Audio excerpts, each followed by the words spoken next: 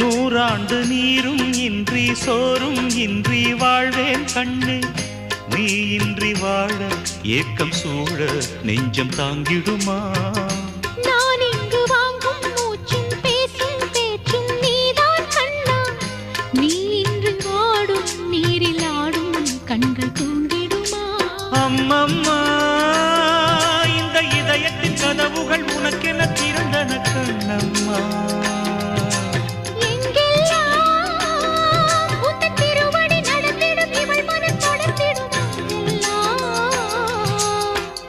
நானும் முந்தன் பாதி அல்லவா, நாடறிந்த செய்தி அல்லவா.